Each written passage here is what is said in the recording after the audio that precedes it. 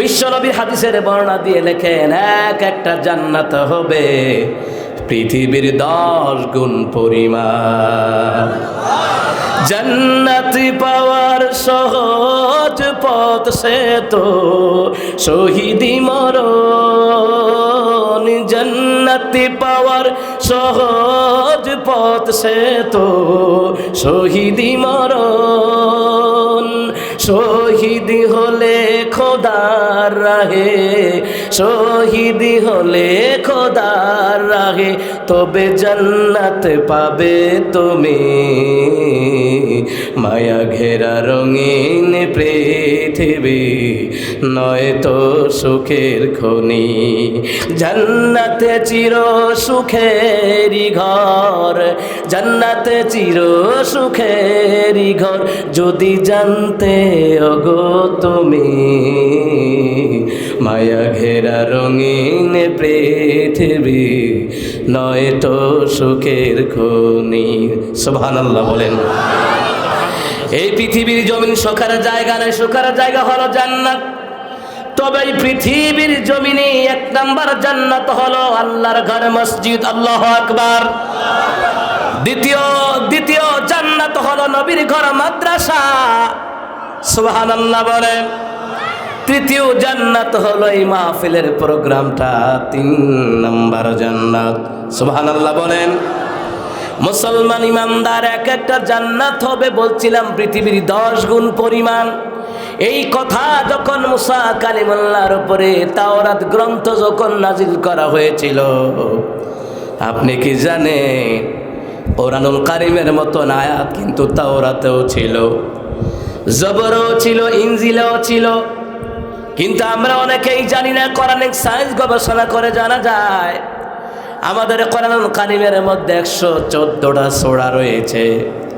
তাওরাতের মধ্যে সূরা ছিল 1000 সূরা, জবুরের মধ্যে 1000 সূরা ছিল, ইনজিলের মধ্যে 1000 সূরা ছিল। কিন্তু আমাদের কোরআনুল কারীমের ভিতরে সবচাইতে বড় সূরা, ওই সূরার নাম কি সবাই বলেন? সূরা আল বাকারা। সূরা আল। আসসালামু আলাইকুম ওয়া রাহমাতুল্লাহি ওয়া বারাকাতুহু।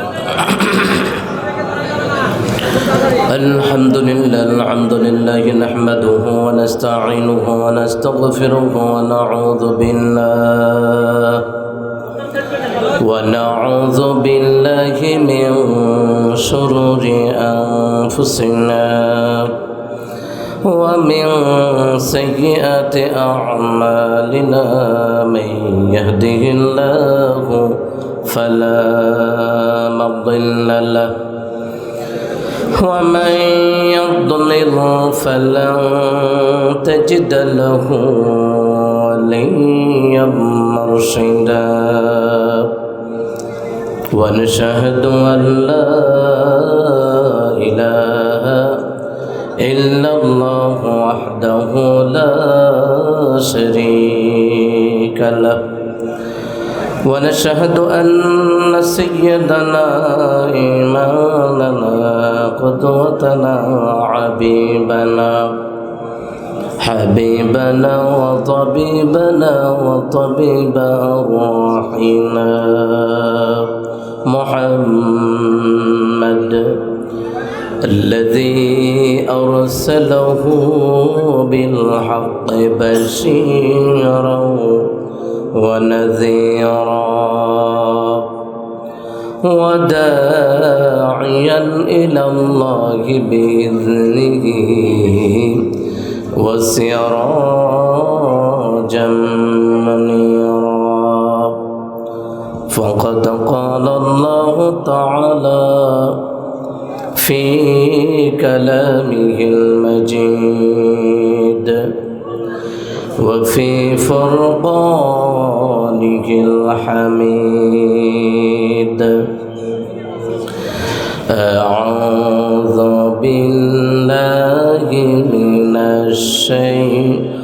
الشيطان الرجيم بسم الله الرحمن الرحيم ولله ملك السماوات والأرض والله على كل شيء قدير। কোন কোন শব্দটা থাকবে না, কথা বুঝতে পেরেছেন? কোন কোন শব্দটা থাকবে না, ইকোটা সুন্দরভাবে ম্যাচিং করেন। বিসমিল্লাহির রহমানির রহিম।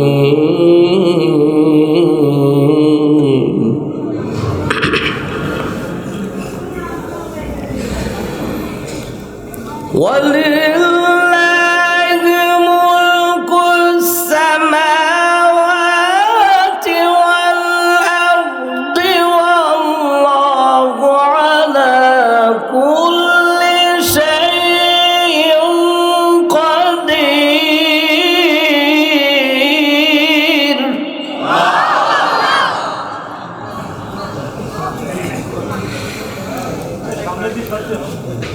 إن في خلق السماوات والأرض واختلاف الليل والنهار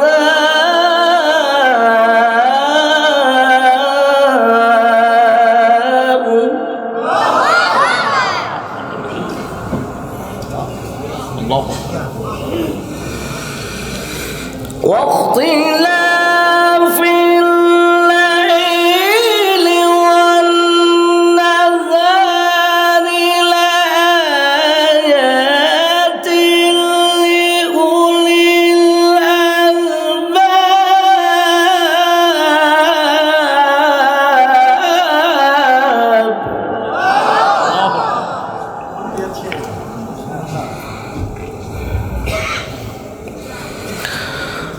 الذين يذكرون الله قياما وقعودا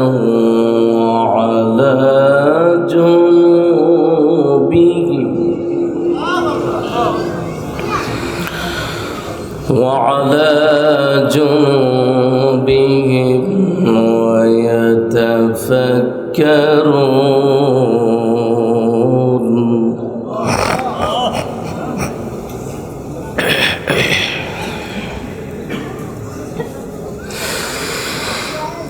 الذين يذكرون الله قياما وقعودا وعلى جنوبهم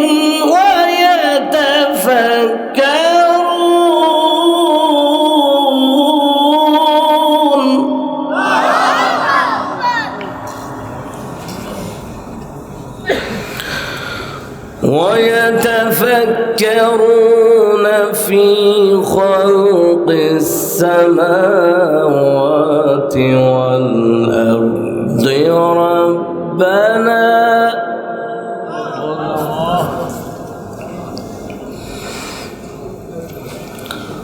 ربنا ما خلقت هذا باطلا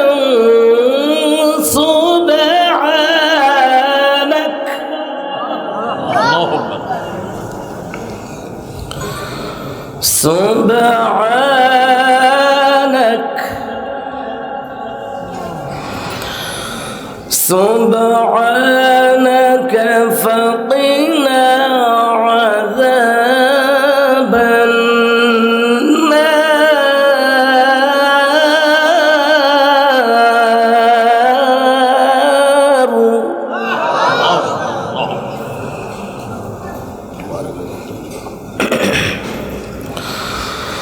ربنا ما خلقت هذا باطلا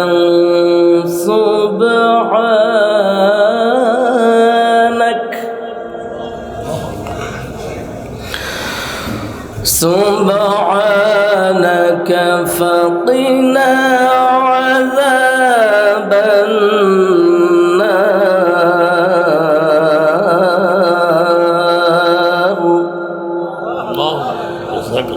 صدق الله العظيم.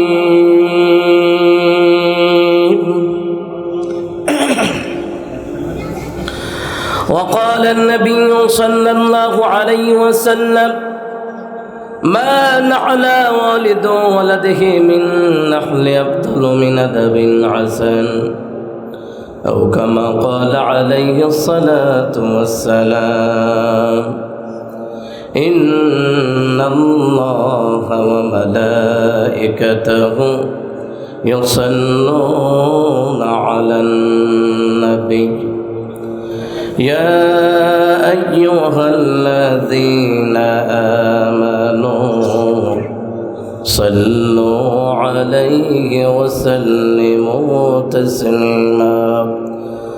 اللهم صل على محمد وعلى آل محمد كما صليت على إبراهيم وعلى آل إبراهيم إنك حميد مجيد.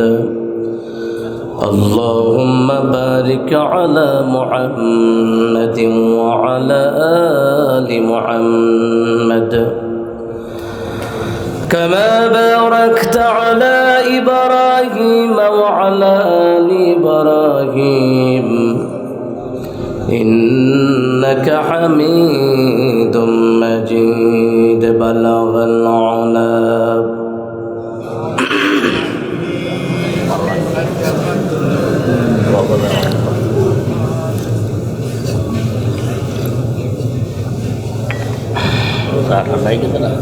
রাজন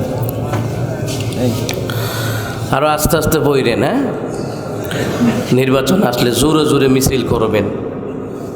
আল্লাহ আল্লাহ বলিয়া কলসি মার্কা যাবে চলিয়া, এরপরে কলসি মার্কা নিয়ে ক্ষমতায় বসার পরে বিসমিল্লার বিরুদ্ধে কথা বলবে টাকলো মোরাদের মতো। হইয়া আপনারা ঠিক কইলেও ঠিক হইবে, না কইলেও ঠিক হইবে, বুঝছেন? এটা আপনাদের যে আওয়াজ দেওয়া যাইতে আছে, আপনারা তো আমার সেই দুর্বল হইয়া গেলেন। মুই তো ঢাকাতুন জার্নি করতে করতে ফরিদপুর থেকে এই পর্যন্ত আইছি, মোর তো গলার মোটামুটি প্রেশার দিতে আছে, আপনারা তো লো প্রেশারও দিতে আছেন না। এই কণ্ঠ দিয়েছেন কে? জবান দিয়েছেন কে? একটু জবান খুলে পড়ুন। বালাগাল আলা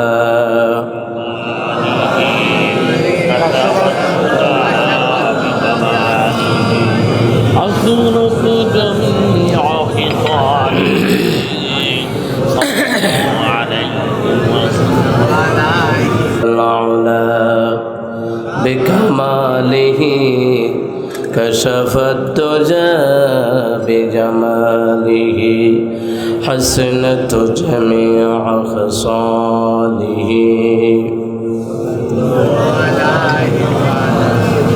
لا إله جود لا إله لا إله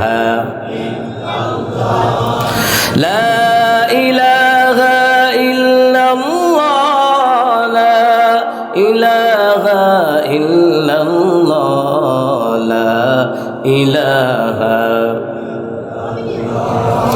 لا إله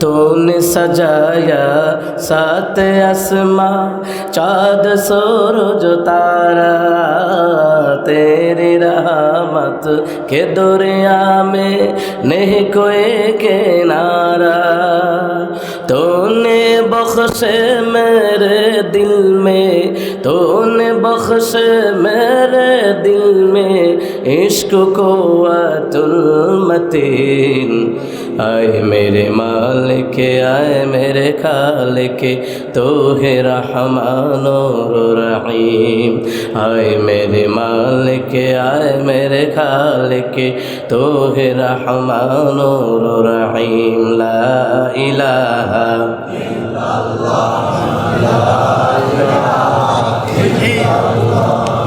ला इलाहा ইল্লাল্লাহ মুহাম্মাদুর রাসূলুল্লাহ সাল্লাল্লাহু আলাইহি ওয়াসাল্লাম।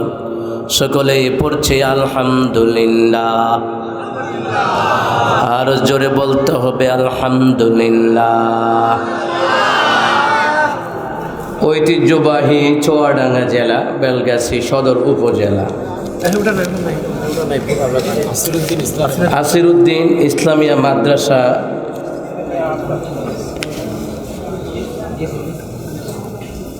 ইয়াতিমখানা উলিল্লাহ বোর্ডিং এর উদ্যোগে ৫৬তম বার্ষিক ওয়াজ ও দোয়ার মাহফিলের সম্মানিত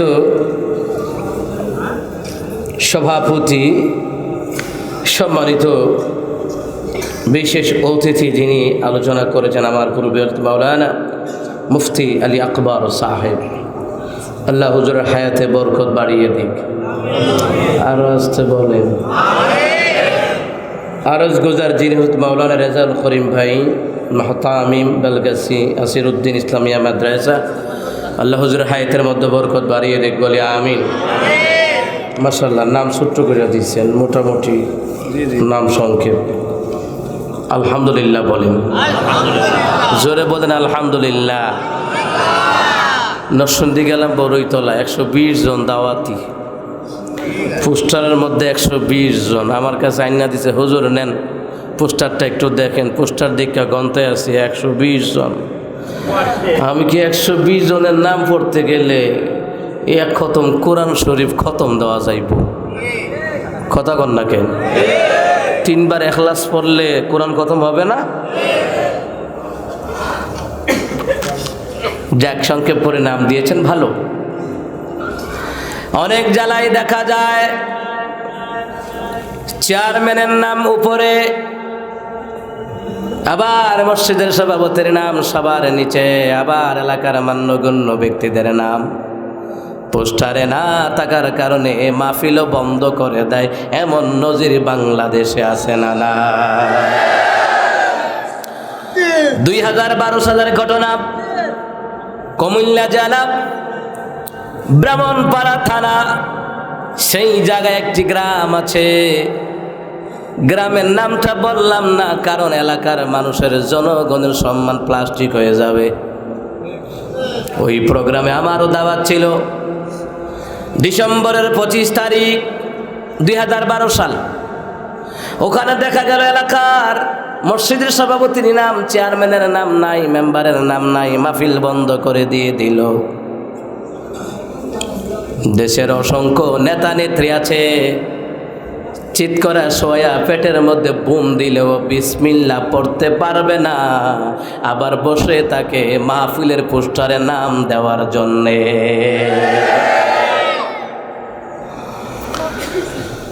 মহতারাম হাজিরিন, বড় ভালো লেগেছে আপনাদের পরিবেশ, আপনাদের পোস্টার ব্যানার বড় ভালো লাগলো।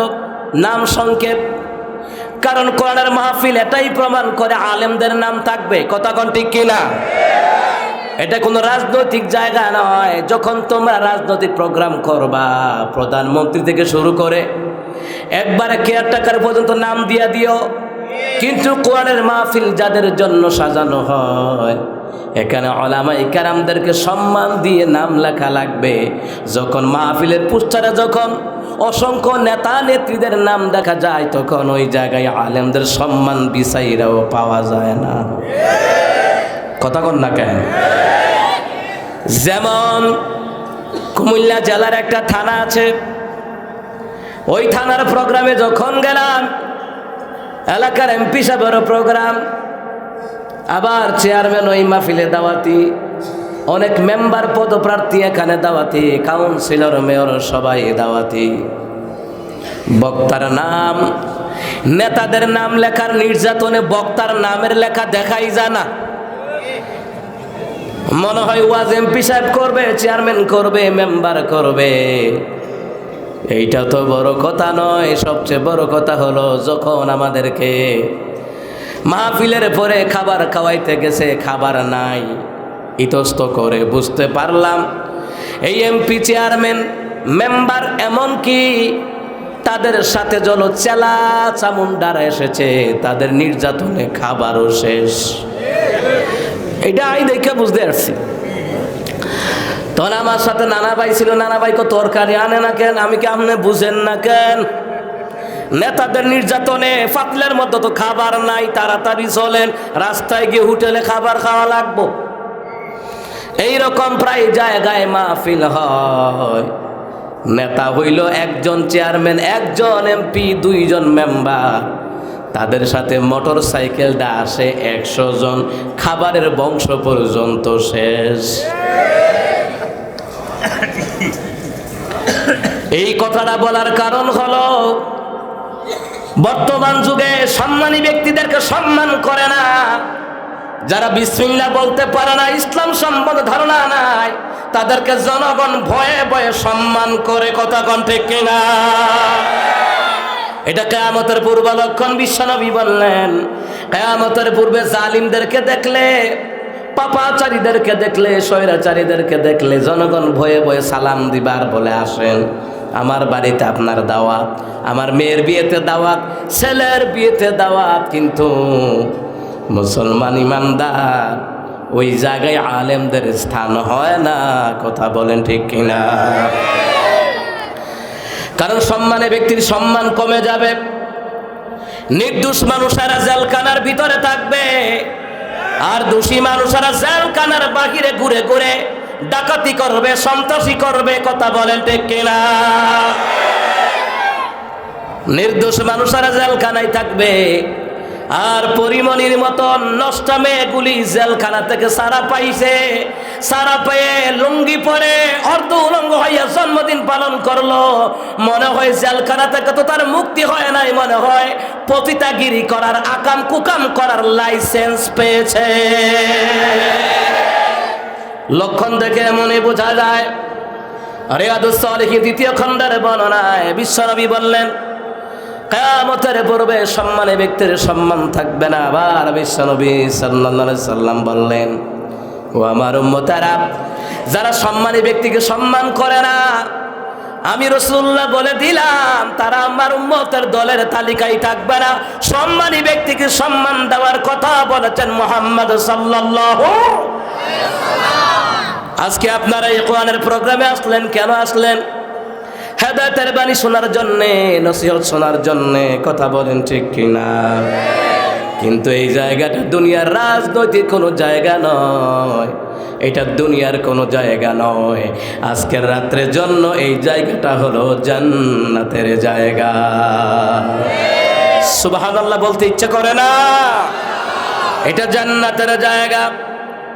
যদি এই বেলগাছির আসিরউদ্দিন হাফিজিয়া মাদ্রাসা ইয়াতিমখানা লিল্লাহ বোর্ডিং, এই জায়গাটা, আজকের জায়গাটা যদি রাজনৈতিক কোনো জায়গা হতো, পুলিশ বাহিনীর দরকার লাগতো। এমপি সাহেবের মাথা গরম,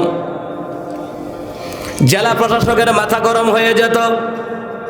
কারণ কোন দিক দিয়া যে চেয়ার নিয়ে পিটাপিটি শুরু হয়ে যায়।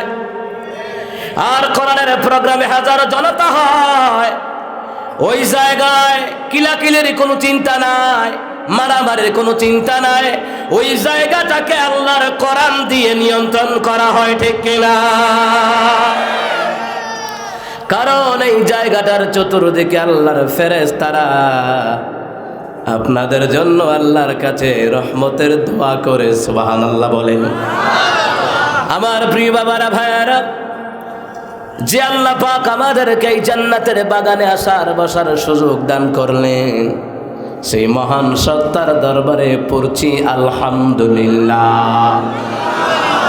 যে আল্লাহ পাক আপনাদেরকে দয়া করলেন, আমাকে দয়া করলেন, ইহসান করলেন, করুণা করলেন, এই কোরআনের প্রোগ্রামে আসার বসার সুযোগ দান করলেন, ওই মহান সত্তার দরবারে সবাই পড়ছি আলহামদুলিল্লাহ।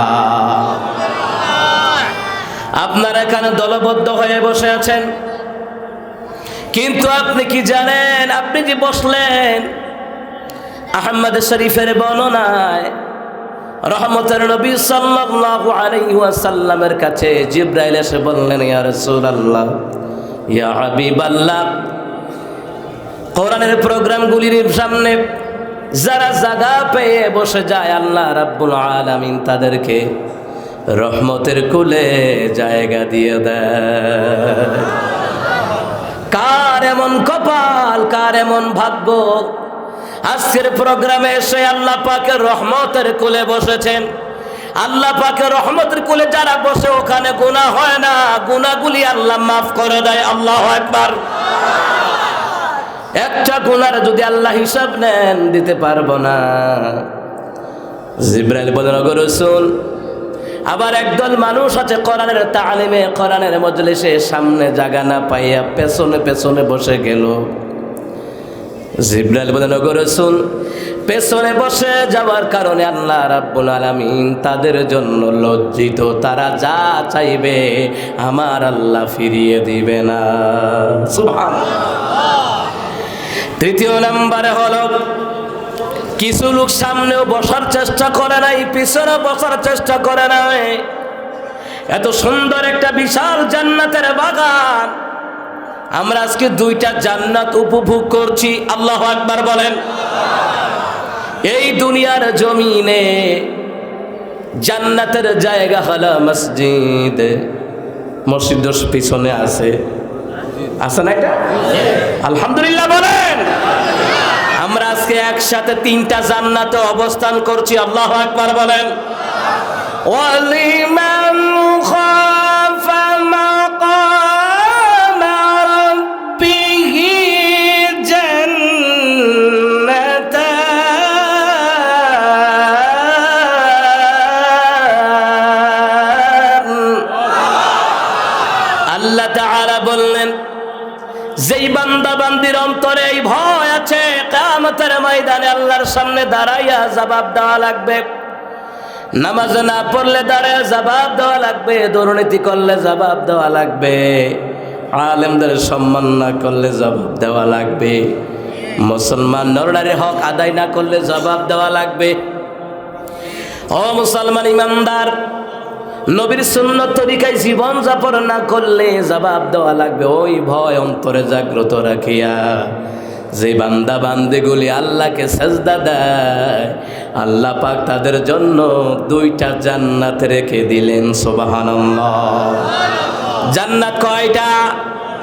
জোরে আওয়াজ দিয়ে বলেন, কয়টা? দুইটা। তাফসীর আবু বকর যাকারিয়া ওই তাফসীর গ্রন্থের মধ্যে মুফাসসিরিন কেরাম লেখেন, বিশ্বনবীর হাদিসের বর্ণনা দিয়ে লেখেন, এক একটা জান্নাত হবে পৃথিবীর 10 গুণ পরিমাণ। জান্নাত পাওয়ার সহজ পথ সে তো শহীদি মরণ। জান্নাত পাওয়ার সহজ পথ সে তো শহীদি মরণ। শহীদ হলে খোদার রাহে, শহীদ হলে খোদার রাহে, তবে জান্নাত পাবে তুমি।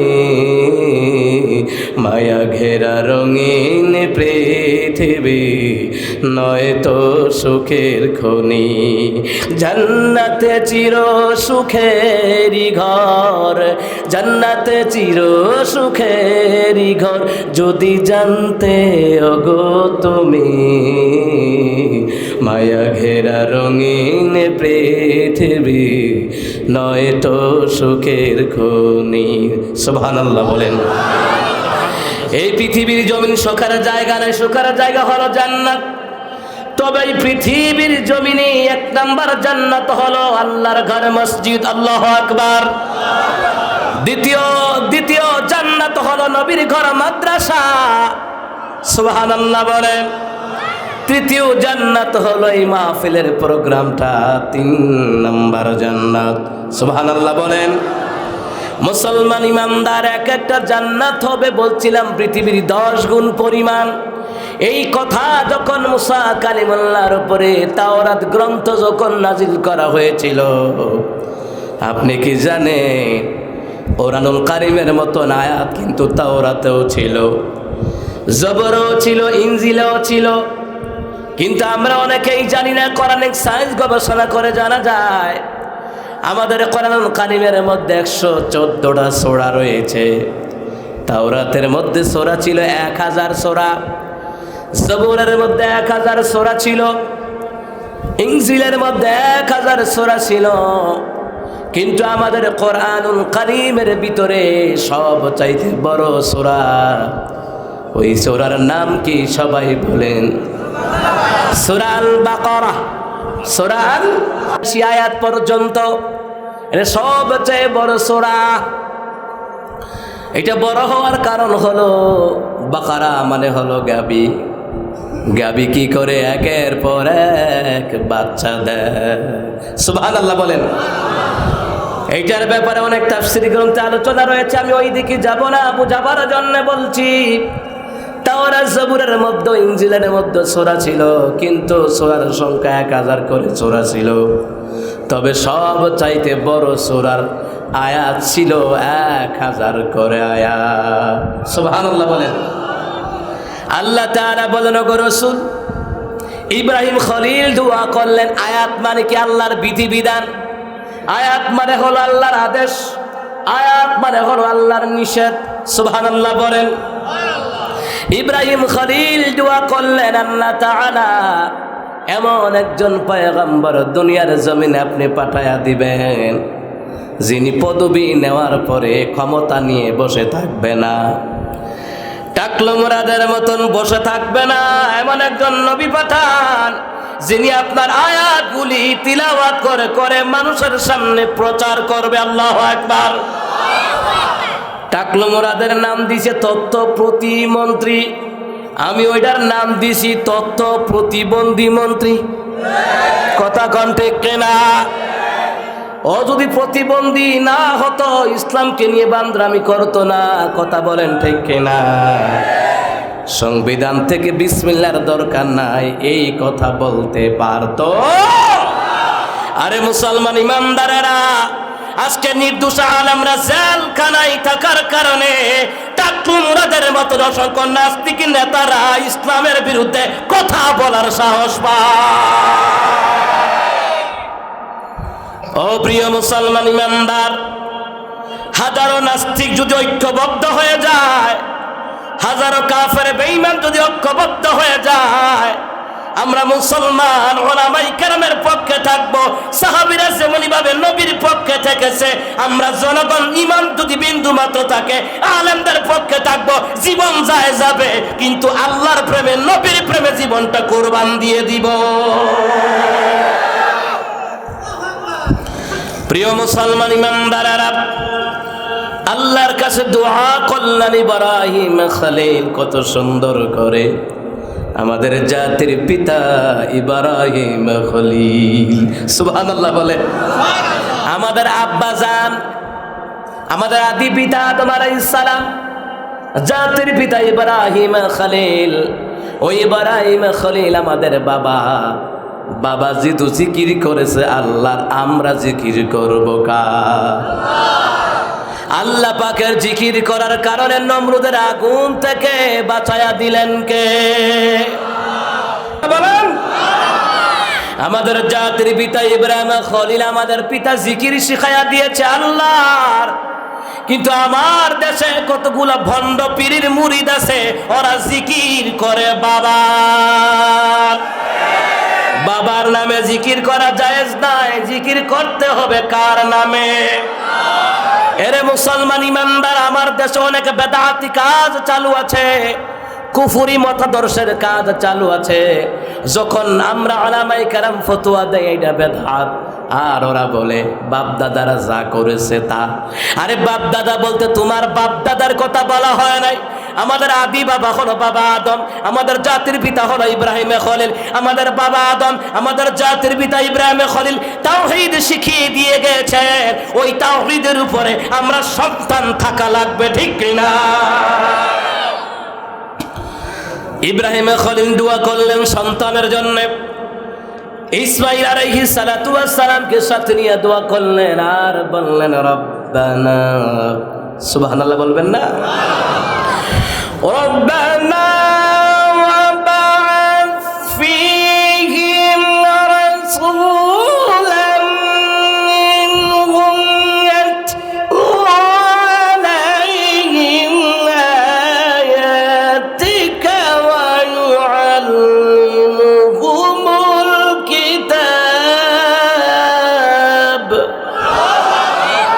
ইব্রাহিম খলিল বলে, আল্লাহ তাআলা এমন একজন রাসূল পাঠান, এমন একজন পয়গম্বর পাঠান আমাদের মধ্য থেকে, কিংবা তাদের মধ্য থেকে একজন নবী, একজন পয়গম্বর, একজন রাসূল পাঠান, যিনি রাসূলের রিসালাতের দায়িত্ব পাওয়ার পরে পদবি নিয়ে ক্ষমতায় বসে থাকবে না, যার কাজ হবে ইয়াতলু আলাইহিম আয়াতি, আপনার আয়াতগুলি তিলাওয়াত করে করে শোনাবে, কোনটা হারাম কোনটা হালাল, কোনটা জান্নাতের রাস্তা কোনটা জাহান্নামের রাস্তা, কোনটা তাওহীদের কথা কোনটা তাওহীদের বাণী আর কোনটা তাগুদের বাণী। আল্লাহ তাআলা এমন একজন পয়গম্বর পাঠান, আয়াতগুলি তেলাওয়াত করে করে শোনাবে। ইয়াতলু আলাইহিম আয়াতিকা ওয়া ইউআল্লিমুহুমুল কিতাব ويعلمهم الكتاب والحكمة ويزكيهم। ও আল্লাহ মানুষদেরকে ইলম শিক্ষা দেবে, জ্ঞান বিজ্ঞান শিক্ষা দেবে। ও আল্লাহ এমন হিকমা শিক্ষা দেবে, যেই শিক্ষার কারণে, যেই ইলমের কারণে মানুষের অন্তরগুলা পরিশুদ্ধ হয়ে যাবে। সুবহানাল্লাহ বলেন। এমন একজন রসুল পাঠান যার কথা শুনলে মানুষের ঈমান পরিশুদ্ধ হয়ে যাবে, মানুষের অন্তর পরিশুদ্ধ হয়ে যাবে, ঈমান বৃদ্ধি হয়ে যাবে। ও আল্লাহ এমন একজন রসুল পাঠান যার কথাগুলি শুনে মানুষগুলি জাহান্নামের রাস্তা থেকে ফিরে এসে জান্নাতের রাস্তায় আসবে, এমন একজন নবী পাঠায়া দেন। আল্লাহু আকবার। শুধু আমার নবীর কাছে আয়াত এসেছে, কোরআন এসেছে তা নয়, অন্যান্য নবীর কাছে আয়াত এসেছিল। বলছিলাম মুসা কালিমুল্লাহর কথা। তাওরাতের মধ্যে মুসা কালিমুল্লাহ পড়লেন, তিনি যখন শুনলেন, তিনি যখন পড়লেন, আর যখন তিনি পড়তে লাগলেন, আল্লাহ বলেন আমাকে ভয় করে যারা ইবাদত করবে, আমি আল্লাহকে সাজদা দেবে, আমি আল্লাহর হুকুমগুলি মানবে, শিরক বিদআত কুফর থেকে ফিরে আসবে, আমি আল্লাহ তাদের জন্য দুইটা জান্নাত রাখলাম, এক একটা জান্নাত হবে পৃথিবীর 10 গুণ পরিমাণ। মুসা কালিমুল্লাহ এই কথাটা পেয়ে আল্লাহকে বলেন, আল্লাহ একটা জান্নাত পৃথিবীর 10 গুণ পরিমাণ হয় কেমনে, আমার বুঝায়া দেন। কারণ মুসা কালিমুল্লাহ হলো রাগী পয়গম্বর, আল্লাহর কাছে যা বলে আল্লাহ দিতে বাধ্য হয়। সুবহানাল্লাহ বলেন। কারণ হলো আমি এখানে আপনাদেরকে বুঝাই, এই মাদ্রাসার ছাত্ররা কোরআনে হাফেজ হয়েছে, এই কোরআনে হাফেজগুলিকে যখন বলা হবে যাও জান্নাতে যাও, বলবে আল্লাহ তাআলা আমার পিতা মাতাকে ছাড়া আমি জান্নাতে যাব না। মন থেকে সুবহানাল্লাহ আসে না? আরে কোন জায়গায় সুবহানাল্লাহ বলতে হবে এটাও জানেন না? বাংলাদেশের মতন তো কোথাও এত মাহফিল হয় না, কোথায় সুবহানাল্লাহ বলতে হবে এটাও জানেন না। আল্লাহ বলবেন তোমার যাওয়া তুমি যাও। এবার সেই হাফেজে কোরআন বলবে আল্লাহ তাহলে আমার দাদা দাদিকে দাও। সুবহানাল্লাহ বলেন। যখন বলা হবে তোমার যাওয়া তুমি যাও, বলবে আল্লাহ যাদের ঘরে লজিং ছিলাম এদেরকে জান্নাত দিবা। কারণ বান্দার সাথে আল্লাহর এটা প্রেমের আলাপ। সুবহানাল্লাহ বলেন। নাফরমান হলে এই প্রেমের আলাপ চলবে না, ফেরেশতার গদার বাতি চলবে। আল্লাহর প্রেমের বান্দা বান্দি হতে পারলে, আল্লাহর সাথে আবদার করলে আমার আল্লাহ ফিরাবে না। এটা হাফেজে কোরআনের আবদার, এটা আলেমের আবদার। সুবহানাল্লাহ বলবেন না? ওয়ালাকুম فيها ما تشتهي أنفسكم ولكم فيها ما تدعون আল্লাহ তাআলা বললেন ওরা যখন জান্নাতে আসবে ওরা যা দাবি করে আমি আল্লাহ দাবি পূরণ করব সুবহানাল্লাহ হাফেজে কোরআন বলবে আল্লাহ যেই করে লজিং ছিলাম ওদেরকেও জান্নাত দিবা দাবি করবে আল্লাহ কয় আমি দাবি পূরণ করব সুবহানাল্লাহ আল্লাহ তখনও বলবেন বান্দারে তোমার দাওয়া তুমি যাও তুমি দি সংখ্যা বাড়াও এবার ওই হাফেজে কোরআন বলবে আল্লাহ যাদের দ্বারা আমার যেই মাদ্রাসায় পড়াশোনা করেছি যাদের টাকায় এই মাদ্রাসা চলতো যাদের টাকায় লিল্লা বোর্ডিং চলতো যাদের টাকায় মাদ্রাসার মাহফিল চলতো ও আল্লাহ যাদের টাকায় পুরা মাদ্রাসার শিক্ষকদের বেতন হতো আল্লাহ গো এদেরকে সহকারে জান্নাত দিবা আল্লাহ কয় বান্দাদি সংখ্যা বাড়ায় ফেরেশতারা কয় আল্লাহ তোমার বান্দাদি সংখ্যা বাড়ায় আল্লাহকে অত বাড়াইতে থাকবেই কারণ হলো আজকে পুরস্কারের দিন আমার বান্দা যা দাবি করবে দাবিগুলা পূরণ করা হবে আল্লাহু আকবার এ মুসলমান দুনিয়াতে কোন সরকার দাবি পূরণ করতে পারে না 17 দফা 18 দফা যখন এই দেশের হক্কানি উলামায়ে কেরাম সরকারের কাছে দাবি জানাইলো দাবি পূরণ করতে রাজি হয় না কারণ পারবে না কারণ আল্লাহ হচ্ছেন এমন আল্লাহ যত হাজার দাবি করবে তত হাজার দাবি পূরণ করার ক্ষমতা আমার আল্লাহর আছে দুনিয়ার রাজা বাদশাদের নাই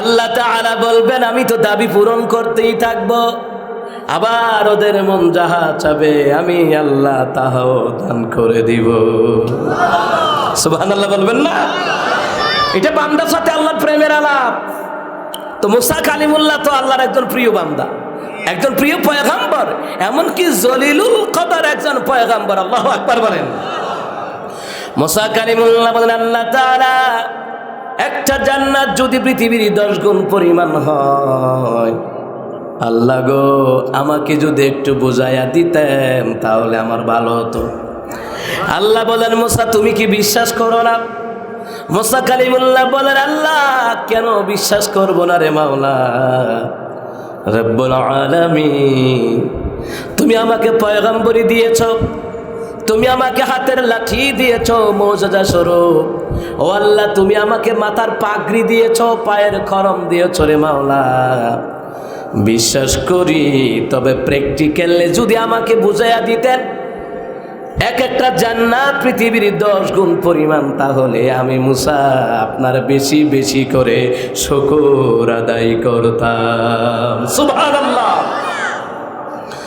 মুহতারাম হাজিরিন ওই মুসা কালিমুল্লাহ আল্লাহকে বললেন আল্লাহ আমার এমন একটা কালিমা শিখিয়ে দেন না যেই কালিমাটা পড়লে আপনার নৈকট্য হাসিল হবে বেশি আল্লাহ বললেন মুসা তুমি পড়বা সব সময় লা ইলাহা ইল্লাল্লাহ একবার আস্তে আস্তে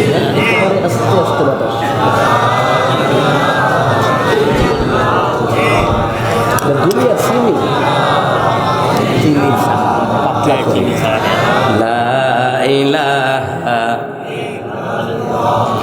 লা ইলাহা ইল্লাল্লাহু মুহাম্মাদুর রাসূলুল্লাহ সাল্লাল্লাহু আলাইহি ওয়াসাল্লাম সুবহানাল্লাহ পড়েন এই আলোচনা কি খারাপ লাগতেছে আরে কোরআন সুন্নাহর আলোচনা যতক্ষণ শুনবেন গুনাহ মাফ হবে যতক্ষণ শুনবেন আপনার মুর্দেগানদের কবর আযাব মাফ হবে যতক্ষণ শুনবেন রহমত দিয়ে রহমতের চাদর দিয়ে আল্লাহ ঢেকে দিবে যতক্ষণ শুনবেন ততক্ষণ পর্যন্ত গুনাহগুলি সওয়াব দিয়ে বদলায় আপনার আমলনামায় দান করে দিবেন কে কারণ বাবারে দামি জায়গায় সবাই বসতে পারে না যারা আল্লাহর কাছে দামি তারা বসতে পারে এই মসজিদ মাদ্রাসার সবার টাকার চলে না যাদেরকে আল্লাহ কবুল করেছেন যাদেরকে আল্লাহ পছন্দ করেছেন তাদের টাকায় দুনিয়ার দ্বীনি প্রতিষ্ঠানগুলি চলে কথা বলেন ঠিক কিনা মুসা কালিমুল্লাহ বলেন, আল্লাহ আপনি লা ইলাহা ইল্লাল্লাহর তালিম দিলেন। ও রব্বুল আলামিন, লা ইলাহা ইল্লাল্লাহ এটা তো আমি আগেই জানি। রব্বুল আলামিন আপনি তো আমার আগেই শিক্ষা দিয়েছেন। আল্লাহ এর চাইতে কি আরো ভালো কোনো জিকিরি নাই? এর চাইতে কি ভালো কোনো কালিমা নাই? এর চাইতে ভালো কোনো কি তাসবিহ নাই? আল্লাহ বলেন, মুসা কি মনে করো? সাব্বাহা লিল্লাহি মা ফিস সামাওয়াতি ওয়া মা ফিল আরদ। মুসা রে, আসমান এবং জমিনের মধ্যে যা কিছু আছে সবগুলি তাসবিহ পড়ে গায়। আল্লাহ তাআলা বলেন, ও মুসা তুমি এর চাইতে আশ্চর্য ধরনের তাসবিহ শুনতে চাও? এর চাইতে আশ্চর্য ধরনের জিকির তালিম তোমাকে বলে দিব। ও মুসা, তুমি লা ইলাহা ইল্লাল্লাহকে কি মনে করো রে মুসা? ও মুসা, তুমি জানো না লা ইলাহা ইল্লাল্লাহকে যদি এক পাল্লায় রাখা হয়, সাত আসমান সাত জমিন যদি অপর পাল্লায় রাখা হয়, লা ইলাহা ইল্লাল্লাহর সমপরিমাণ সাত আসমান সাত জমিন ভারী হবে না? হবে না? আল্লাহু আকবার। সেই মুসা কালিমুল্লাহ বললেন, আল্লাহ তাআলা রব্বুল আলামিন একটা জান্নাত যদি পৃথিবীর 10 গুণ পরিমাণ হয় রে মাওলা, আল্লাহ গো আমারে প্র্যাকটিক্যালি একটু দেখায়া দেন না। আল্লাহ বলেন, মুসা পাগলা জলিলুল কদর পয়গম্বর, আবদার তো পুরা করা লাগবে, না হয় পাগলা সেইটা যাইবে গা। পাগলা না হয় রাগ করবে, গ্রামের ভাষায় বলে চেতে কে মিয়া, মিয়া চেতকা। মুসা কালিমুল্লাহ রাগী পয়গম্বর, রাগী পয়গম্বর। মুসা কালিমুল্লাহ যখন তাওরাতের দাওয়াত দিতেন, মুসা কালিমুল্লাহর বিরুদ্ধে ফেরাউনের সৈন্য সামর্থরা মুসার বিরুদ্ধে অপবাদ দিত। মুসা কালিমুল্লাহ দাওয়াত দিত এক কথা বলে, তারা বদনাম রটাইতো আরেক কথা বলে। এই মুসা কালিমুল্লাহ যখন তিনি তার কানের মধ্যে যখন আসলো, লোকেরা মুসাকে নিয়ে বাজে মন্তব্য করে, মুসাকে নিয়ে বাজে মন্তব্য করে। মুসা রাগ করলেন। মুসা রাগ করিয়া তুর পর্বতে গেলেন। তুর পর্বতে গিয়া মাথার পাগড়ি, পায়ের করম, হাতের লাঠি ঢিল মেরে ফেলে দিছে। আল্লাহ তোমারটি তুমি ধরো, আমার নবীগিরি লাগতো না, তোমার পাগড়ি তুমি পরো। এই আল্লাহ তোমার লাঠি তুমি নিয়ে যাও, তোমার পায়ের করম তুমি পরো। আল্লাহ কয়, জিবরাইল আমার পাগল মুসা কালিমুল্লাহ রাগান্বিত হয়ে গেছে, জিবরাইল যাও আমার মুসা কালিমুল্লাহকে সান্ত্বনা দাও। কারণ হলো রে জিবরাইল, আমি মুসাকে পাগড়ি দিলাম, এই পাগড়িটা আমার জন্য না, মুসা কালিমুল্লাহকে পরার জন্য দিয়েছি। পায়ের খরা মুসা কালিমুল্লাহ পরবে, মরুভূমিতে হাঁটবে। হাতের লাঠি দিলাম মর্যাদা স্বরূপ, এটা দিয়ে বকরির পাতা পুঁতি গাছের ডাল থেকে বিভিন্ন রকমের পাতাগুলি পেরে পেরে বকরিকে খাওয়াবে। আরেকটা হলো এই হাতের লাঠি, এমন একটা হাতের লাঠি জমিনে ছেড়ে দিলে অজগর সাপ হয়ে যাবে। ওই অজগর সাপের 72 খানা পা ছিল, এক একটা পা ছিল হাতির পায়ের চাইতে অধিক মোটা। এবার বুঝেন মুসা কালিমুল্লাহর হাতের লাঠি যেই সাপটা, ওই সাপটা কত বড়। আল্লাহু আকবার। আল্লাহ বলেন, ও জিবরাইল মুসারকে সান্ত্বনা দাও। জিবরাইল বলেন, আল্লাহ আমি মাফ চাই। আমার তো মনে আছে আজরাইলকে থাপ্পড় দিয়া যে মুসার চোখ কানা করে দিছিল। আমার তো বড় ভয় লাগে, কারণ তোমার বান্দা মুসা তো চেইটা গেছে, মুসা তো রাগান্বিত হইয়া রইছে। মুসা ওই দিন রাগান্বিত ছিলেন। আজরাইল ডান দিক দিয়ে দাঁড়ায়, আসসালামু আলাইকুম, সালামও দেয় নাই। কিতাবের মধ্যে আসছে মুসা কালিমুল্লাহ ডান পাশে গিয়ে খারাইছে। মুসা কালিমুল্লাহ জিগায়, তুমি কারা মিয়া? কায় আইলে আজরাইল। ও তুমি আজরাইল কিতার লাগে আইছো? আমরা রুহু কবজ করতাম। এরে কোনো কথা নাই, বার্তা নেই, কোনো নোটিশ নেই, এতে কোনো রুহু কবজ করবো। দিশা কান থাপড়া, সো কান হইয়া গেল।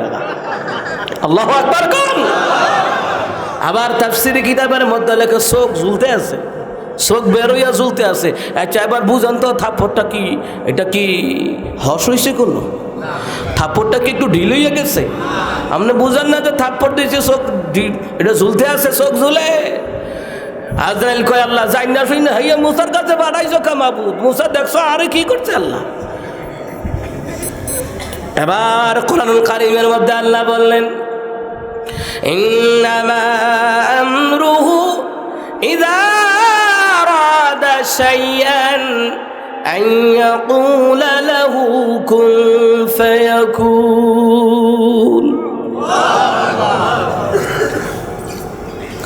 আল্লাহ তাআলা বললেন, যখন কোন জিনিস আল কাসদ ওয়াল ইরাদা, ইচ্ছা বা সংকল্প করেন, কোনো কিছু যখন তৈরি করার ইচ্ছা করেন রে আমার আল্লাহ তাআলা, যখন বলে হও সাথে সাথে হয়ে যায়।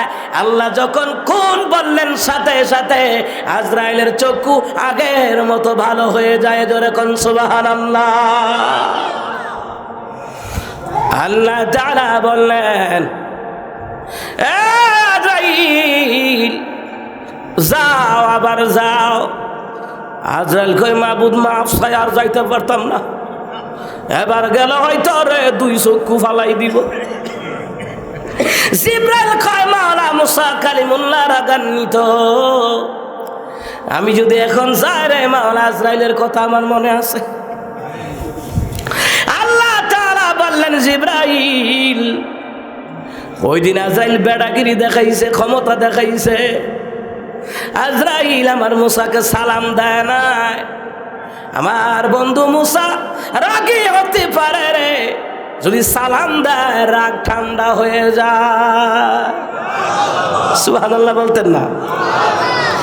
এই জন্য মনে রাখবেন, সমাজের ভিতরে কেউ যখন আপনি আগে সালাম দেয়, মনে রাখবেন যে সালাম দেয় সে হিংসা মুক্ত।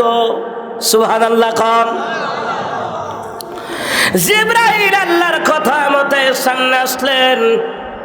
এও সামনে দা জানা বড় ভয় লাগে। ডাক দিক দেখার কয় আসসালামু আলাইকুম ইয়া মুসা কালিমুল্লাহ, আবার ভয়ও লাগে, পেছনে কদম দিত এরকম প্রস্তুত। মুসা কালিমুল্লাহ তাকায়া দেখে, ওয়ালাইকুম আসসালাম ইয়া জিবরাইল। জিবরাইল রে তুমি কেন আসলা? জিবরাইলকে, হুজুর আমি আসছিলাম, আসলে আল্লাহ পাঠাইছে। সুবহানাল্লাহ কোন। আমি আসছিলাম, আমার মাওলা পাঠাইছে, আপনার আল্লাহ পাঠাইছে, আমি ইচ্ছা করে আই নাই, আল্লাহ পাঠাইছে। কারণ চিন্তা করছে আমি যদি কই আমি আইছি, যদি আপনাদের মতো থাপ্পড় মারে, এই জন্য সুপারিশ করতে আমি ইচ্ছা করে আসি নাই, আমার আল্লাহ আপনার আল্লাহ পাঠাইছে, এই জন্য আমি আসছি। সুবহানাল্লাহ। জিবরাইল রে কেন আসলি রে জিবরাইল? জিবরাইল কয় হুজুর বনি ইসরাইলের আপনারে বকা দেয়, আপনাকে কটূক্তি করে, আপনাকে নিয়ে মন্তব্য করে, তাদের প্রতি রাগান্বিত হইয়া আল্লাহর দেওয়া লাঠি আপনি ফালাই দিলেন, মাথার পাগড়ি খুলে ফেললেন, পায়ের খরম দিয়া দিলেন। আপনি নাকি বলছেন আল্লাহ তোমারটি তুমি লইয়া যাও গা, আমার নবীগিরি লাগতো না। জিবরাইল বলেন, মুসা কালিমুল্লাহ পাগড়ি আল্লাহ দিয়েছে, এই পাগড়ি দুনিয়ার কারো পাগড়ি নয়, এই পাগড়ি হলো রে জান্নাতের ফেরেশতাদের পাগড়ি। জোরে কোন সুবহানাল্লাহ। জামিউত তিরমিজি, সামানাত তিরমিজির মধ্যে এসেছে এই পাগড়ি হলো, আপনি কি জানেন এই পাগড়ি ফেরেশতাদের নিশান। সুবহানাল্লাহ কোন। মুসলমান ইমানদার, আমরা কালো পাগড়ি পরি, সাদা পাগড়ি পরি, সবুজ পাগড়ি পরি রে। আজকে হাফেজ ছাত্রদেরকে আপনারা পাগড়ি পরাইলেন, আর কিয়ামতের ময়দানে এই বেলগাছি এলাকাবাসীরা দেখবে রে এই হাফেজদের মাথায় নূরের টুপি, তার পিতা মাথায় নূরের টুপি, তাদেরকে যারা খাওয়াইতো পরাইতো তাদের মাথায়ও টুপি থাকবে। জোরে কোন সুবহানাল্লাহ।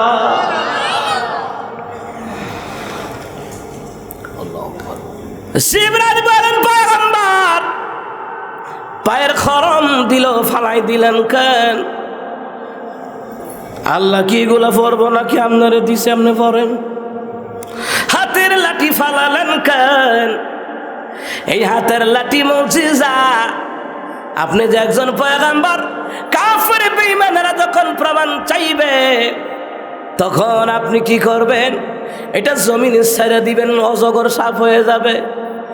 এই মুসা কালিমুল্লাহ ফেরাউনের জাদুকরের সামনে হাতের লাঠি ছেড়ে দিয়েছিল, এই লাঠি অজগর সাপ হয়ে গিয়েছিল। আপনি জানেননি তাজকিরাতুল আম্বিয়ার ভিতরে লেখে ওই সাপের ৭২ খানা পা ছিল, এক একটা পা ছিল হাতির পায়ের চাইতে অধিক মোটা।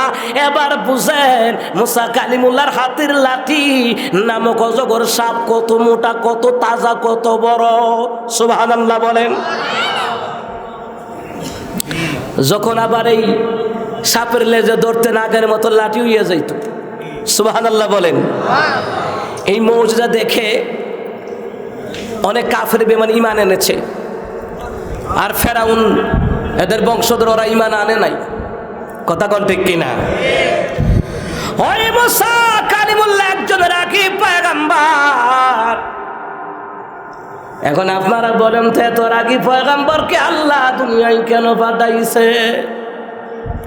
এ মুসলমান ইমানদার, ফেরাউনের মতো স্বৈরাচারীকে শায়েস্তা করার জন্য একজন মুসার মতো গরম নবীর দরকার ছিল।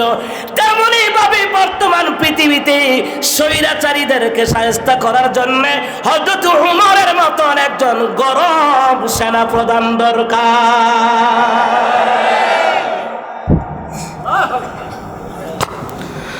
মুসার জামানায় মুসা শ্রেষ্ঠ ছিলেন। সুবহানাল্লাহ কম। এ মুসলমান ইমানদার, যুগে যুগে রে আমার আল্লাহ গরম পাঠাইছে, নরম পাঠাইছে। যেমন আমার নবীর সাহাবীদের মধ্যে হযরত আবু বকর হলো নরম, আর হযরত ওমর হলো গরম। আল্লাহু আকবার বলেন। এ মুসলমান ইমানদার, সমস্যা হইল রে বাবা, আমরা কতগুলা আলেম গরম বক্তৃতা দিলে মুনাফিকরা ভয় পায়, আবার নরম দিলেও ভয় পায়, চুপ থাকলেও ভয় পায়। কথা কন না কেন? ডক্টর কাজী ইব্রাহিম সাহেব নরম কথা কয়, খালিদ সাইফুল্লাহ আইয়ুবী সাহেব নরম কথা বলতেন, এরপরও নাকি মুনাফিকদের সমস্যা। মুসলমান মামরুল হক সাহেব গরম, আল্লামা সাইদি গরম, আরো কত গরম আছে রে। এইগুলা মুনাফিকের সহ্য হয় না রে, সহ্য হয় না। নরম বলল সমস্যা, গরম বলল সমস্যা, চুপ থাকলে বলে ও নাশকতা সরানোর জন্য চিন্তা চলতেছে। কথা কন ঠিক কিনা? এ মুসলমান ইমানদার, গত দিনের পত্রিকায় দেখলাম জায়গায় জায়গায় নাকি হুজুররা মিটিং করতেছে সরকারে নামায়া দেওয়ার জন্যে। জায়গায় জায়গায় নাকি মিটিং করতেছে, এটা পত্রিকাতে আইছে, সরকারের পক্ষ থেকে এটা আইছে। আলেমরা নাকি সরকারে নামানোর জন্য। আমরা নামায়াম কিতাম রে বাবা, তারা আজীবন তা হোক, সমস্যা কি? যা করার আল্লাহই তো করবো। কথা কান ঠিক কিনা? এসে তো শিক্ষকের ছাত্ররে বলতেছে, এ বাবা তুই তো ক্লাসের ফার্স্ট বয় ছাত্র। বলে জি। তুই বলতো মনে কর জংলাই গেছস? কয় হ্যাঁ। মনে কর জংলাই গেলি, ডান দিকে তোর বাঘে আক্রমণ করলো, বাম দিকে তোর বাঘে আক্রমণ করলো, সামনের দিক দিয়ে দৌড় দিবি, বাঘে আক্রমণ করলো, পেছন দিক দিয়ে ও বাঘ বসা রইছে। এবার বল তোরে ছাত্র, এবার তুই কি করবি? এত কয় উস্তাদ যা করার বাঘেরাই করব।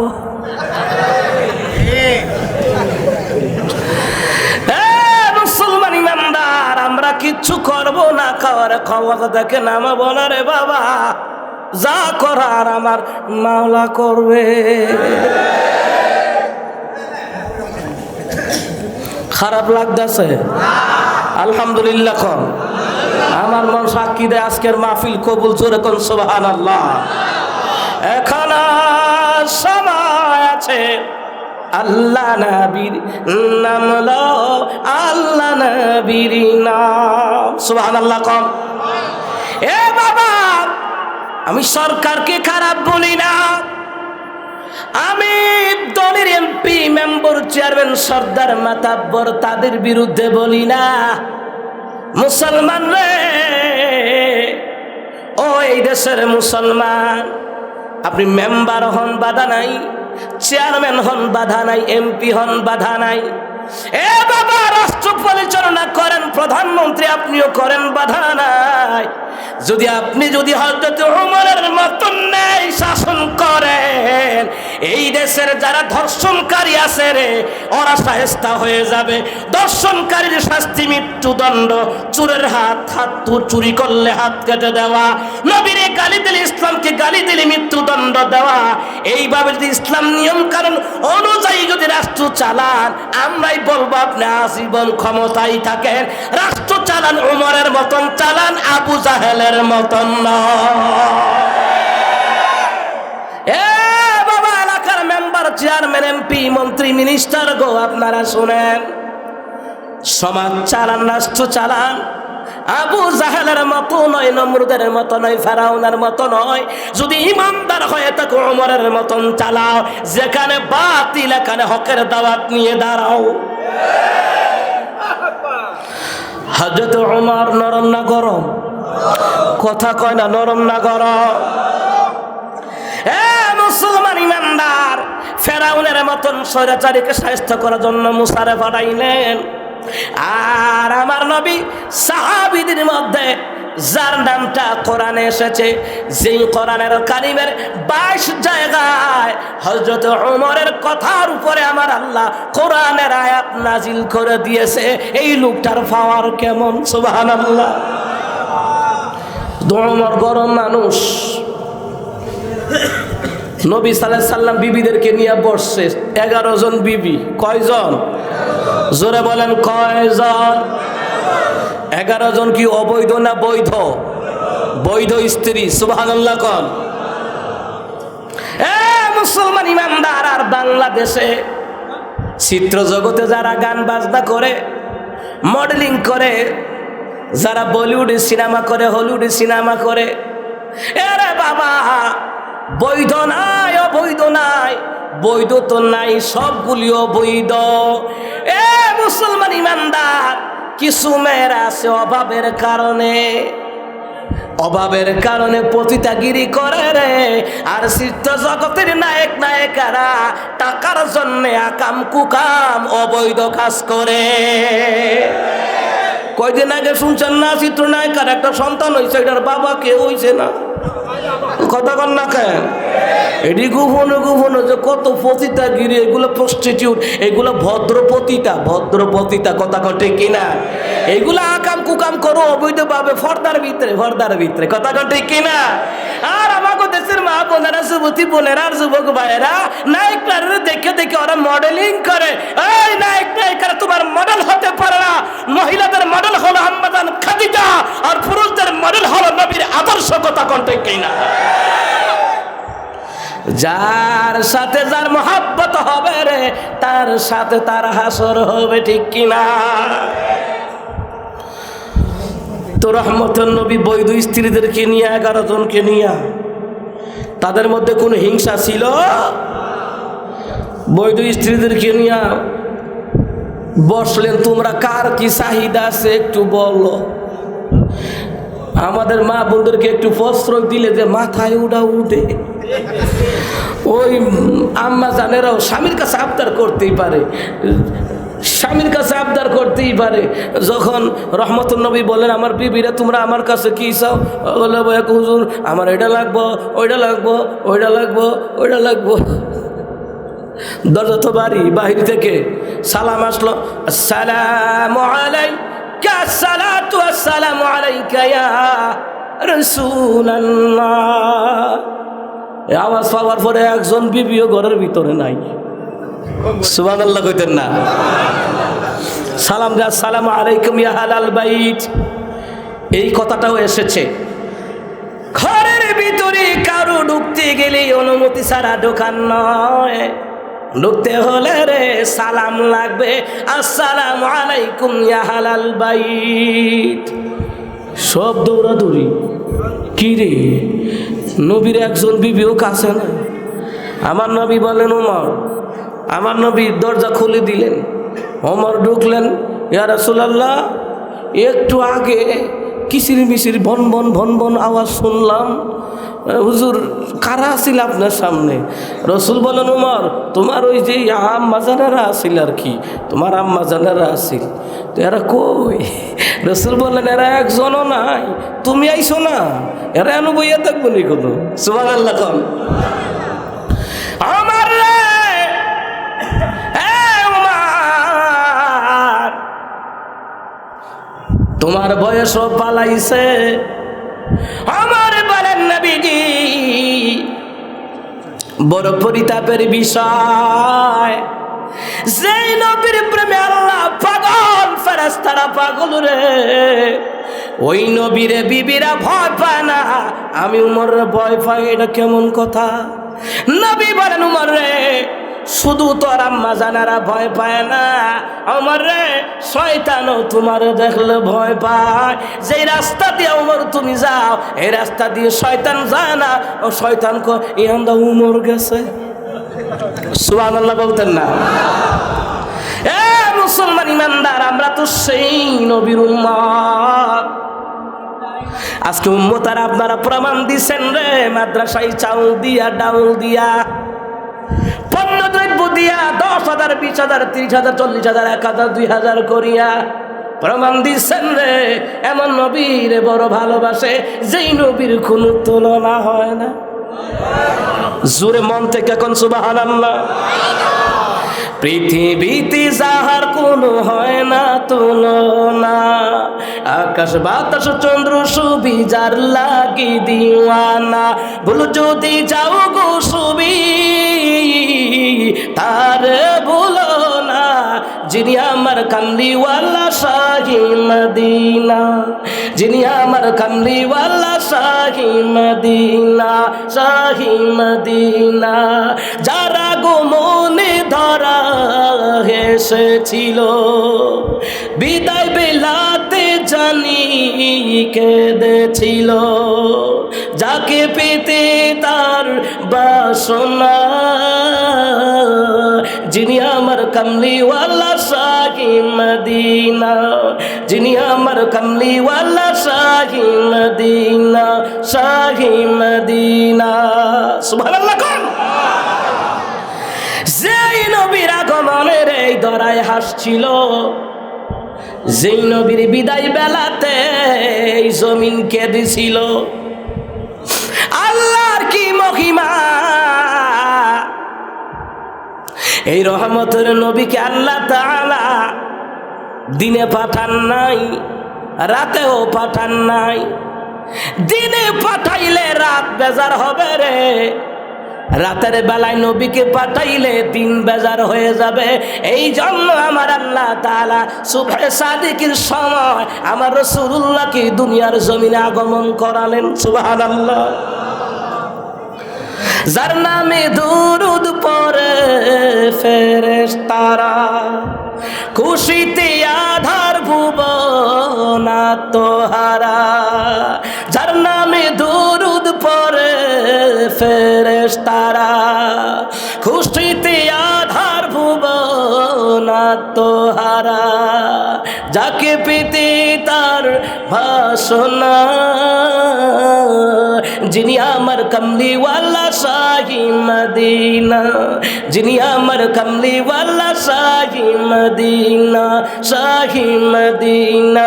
পৃথিবীতে যাহার কোনো হয় না তুলনা, আকাশ বাতাস চন্দ্র সুবি যার লাগি দিওয়ানা, ভুল যদি যাও গো সুবি তার ভুলো না, যিনি আমার কামলিওয়ালা শাহি মদিনা, যিনি আমার কামলিওয়ালা শাহি মদিনা, যিনি আমার কামলিওয়ালা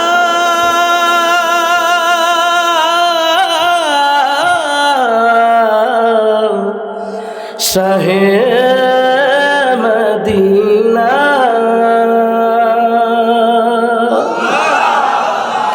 আমার দেশে গান গায়, গানের শিল্পীদের গান, এই যুবকদের মোবাইলে টিকটকের গান, স্ন্যাক ভিডিওর গান, ভান্ডারি গান, বাউল গান, আরে নাতে রাসূলের সাথে কোরআন তেলাওয়াতের সাথে এই গান বাজনাগুলি নর্দমার চাইতে আরো নিকৃষ্ট, কথা কন্তে কিনা?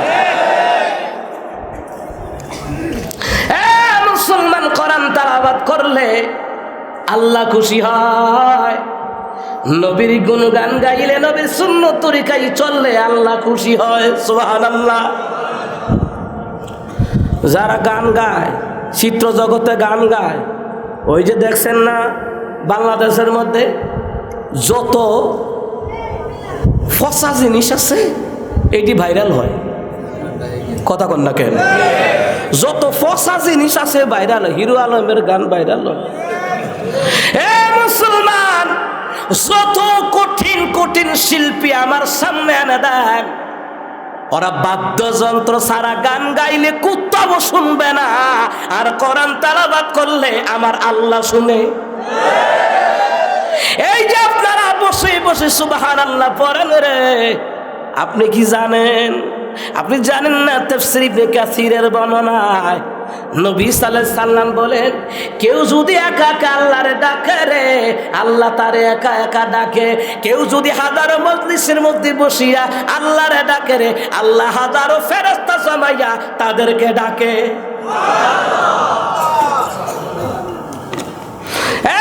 মুসলমান ইমানদার, ভালো করে শুনুন। প্রোগ্রাম ছিল 21 তারিখ, 22 তারিখ আইসা পড়ছে, কথা গান দেখি না? এরা বাবা, কোরআন থেকে যদি কোরআন হাদিসের আলোচনা শুরু করি, 9টায় যদি দিতেন রে 12টা পর্যন্ত নিতাম, কারণ রাত্র গভীর হলে রে এই জনগণের দেহগুলি বিশ্রাম চায়, কথা গান দেখি না? আমি কিন্তু আগুই আইয়া রইছি, আইয়া ওই যে রেস্টে ছিলাম, ভাই আমার ফোন দিছে, হুজুর ওই দিকেই জানগা গাড়ি ঘুরাইয়া ওই দিকে রেস্টে আসছিলাম আর কি। আলহামদুলিল্লাহ কর, আলহামদুলিল্লাহ। এক ভাইয়ের হোটেলও খাইছিলাম, খুব ভালো, ভাইটা মনে আছে, খুব ভালো লাগছে। ভাইয়ে বলতেছে, হুজুর আপনি আসছেন, মনটা খুব খুশি হয়ে গেছে। ও ভাই টাকা দিতাম গেলাম, এত নেয় না, আমি কি সর্বনার, ভাইয়ে নেয় না কা, এটা ভালোবাসা। সুবহানাল্লাহ কইতেন না? এরা বাবা, জিনাই দাহাইয়া হোটেলে বসলাম, ভাত না, এটি বাদাম বড় বড়, ভাত তো নয় রে, মনে হয় বাদাম। ডিল দিলে আপনার মাথা ফুটা যাইব। আমার ড্রাইভার আমার খাদেমেরা কে, হুজুর এটা পানির মতন মজা না, পানি তো যাই একটু মজা, এটি তেমন মজা না। এখানে আইসা বাইরের হোটেল খাইয়া পরে কইতাছি, দেখো একদিক দিয়ে ঠকিয়া গেলে গা, আর একদিক দিয়ে আল্লাহ জিতাই দে। আলহামদুলিল্লাহ কোন? আলহামদুলিল্লাহ।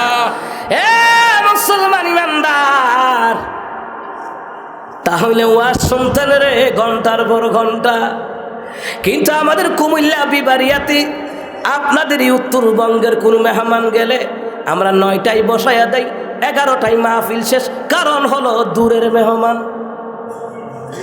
সুবহানাল্লাহ কইতেন না? সুবহানাল্লাহ। যাই হোক, মাদ্রাসার মাহফিল আপনাদের ভালোবাসায় ওয়াজ করতেছি, না হয় 12টার উপরে আমারে কেউ নিতারে না। জুমার দিন মসজিদে গিয়ে শত শত মুসল্লি বইয়া তাই, আমার হুজুর শিডিউল দেন, আমি কই শিডিউল নাই, হুজুর দিনের বেলায় দেন, আমি কই দিনও আমি ঘুমাই। রাইতেও মাহফিল করলে দিনও মাহফিল করলে আমার ব্রেন গিয়ে কই টিকবো। এমনি 2017 সালে ব্রেন স্ট্রোক করছি। আমার আম্মাকে বাজার মাহফিলও লাগতো না, মাদ্রাসার চাকরিও লাগতো না, তুমি দিনের বেলায় মাহফিল বাদ দাও আর মাদ্রাসার চাকরি বাদ দাও, রাতের বেলায় মাহফিল করো, জনগণকে হেদায়েতের বাণী শোনাও, হাজার হাজার লোকেরা শুনবে। আমার আয়াকে হুজুর 1 ঘন্টা সময় দিন, 1 ঘন্টা। আমি কই মাফ চাই, 1 ঘন্টাও পারতাম না।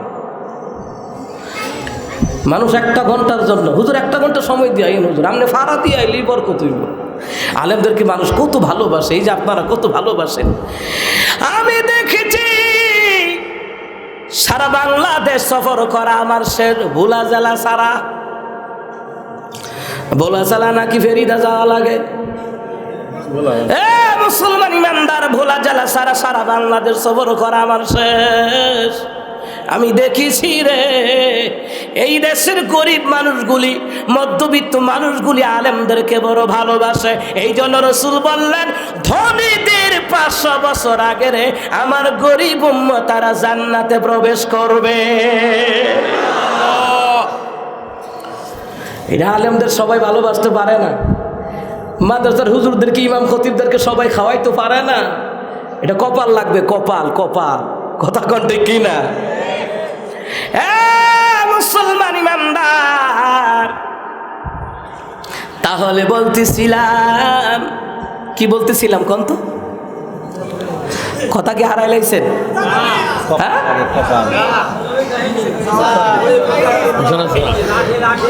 আরে রাহেন, ওমরের কথাটা তো রইছে। সুবহানাল্লাহ কম। দিনের নবী ডেকে বলে, ওমর রে, যেই বিষয়টুকু বলতেছিলাম, যেই নবীর কোনো তুলনা হয় না, ওই নবীর উম্মত হলাম আমরা। সুবহানাল্লাহ কম। ওমর কয়, হুজুর বিবিরা আপনারে ডরাইল না, হুদা আমার এই ভয় পাইল। ইমাম আযম আবু হানিফা রাহিমাহুল্লাহ, সুবহানাল্লাহ কম, কিছু ভাইরা আছে রে অতি আবেগী হইয়া ইমাম আবু হানিফাকে নিয়ে বাজে কথা বলে। কই ইমাম আবু হানিফা নাকি রে 2-4টা হাদিস সারা জানতো না।